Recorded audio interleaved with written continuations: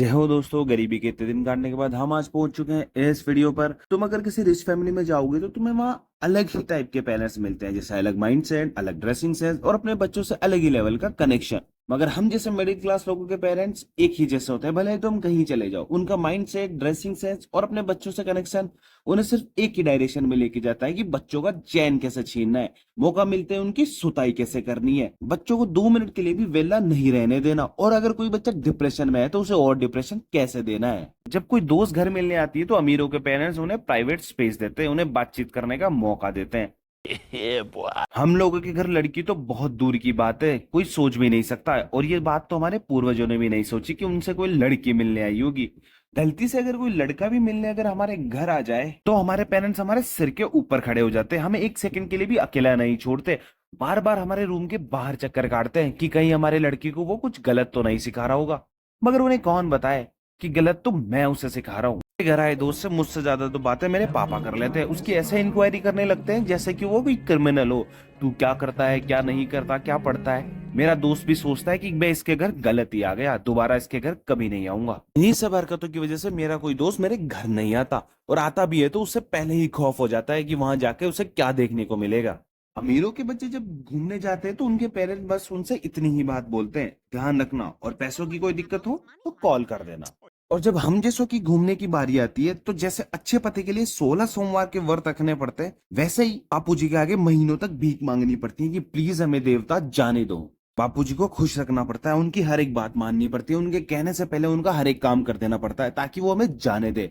और ये सब करने के बाद भी अगर तुम्हें जाने की परमिशन मिल जाती है तो तुम्हारी किस्मत बहुत अच्छी है, वरना कईयों को तो वो भी नसीब नहीं होता। अगर गलती से तुमने ट्रिप के ऊपर उनका एक भी कॉल मिस कर दिया तो भूल जाओ कि तुम अगली बार कहीं जा सकते हो। घूमने के नाम पे तुम्हें एक कमरे से दूसरे कमरे में ही जाने को मिलेगा, उसके अलावा तुम्हें कोई परमिशन नहीं मिलेगी।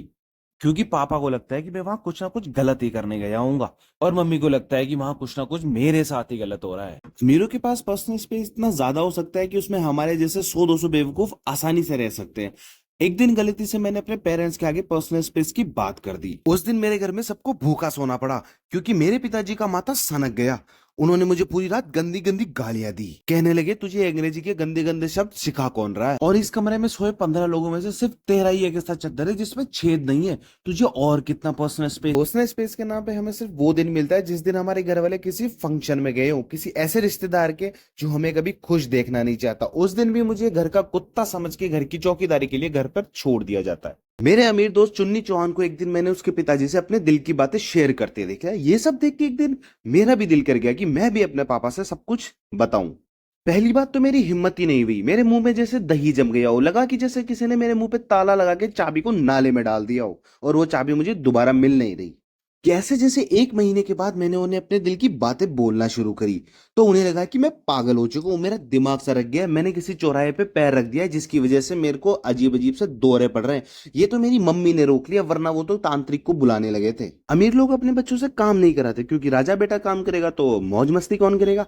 ऐसे ही मिडिल क्लास पेरेंट्स अपने बच्चों को वेला देकर अपना मानसिक संतुलन खो बैठते हैं। इसी के चलते मैं आपके लिए 2 लाइनें पेश करना चाहूंगा।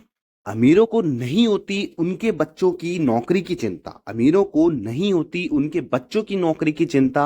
एक एक पैसे का हिसाब रखते रखते मिडिल क्लास आदमी अपने ही बच्चों की जिंदगी को बना देता है चिता। देखो यार, रिच हो या मिडिल क्लास, सभी पेरेंट्स अपने बच्चों से बहुत प्यार करते हैं, बस उन्हें दिखाने का तरीका अलग अलग होता है। नया आदमी हूँ गाइस तो देख लेना अपने हिसाब से।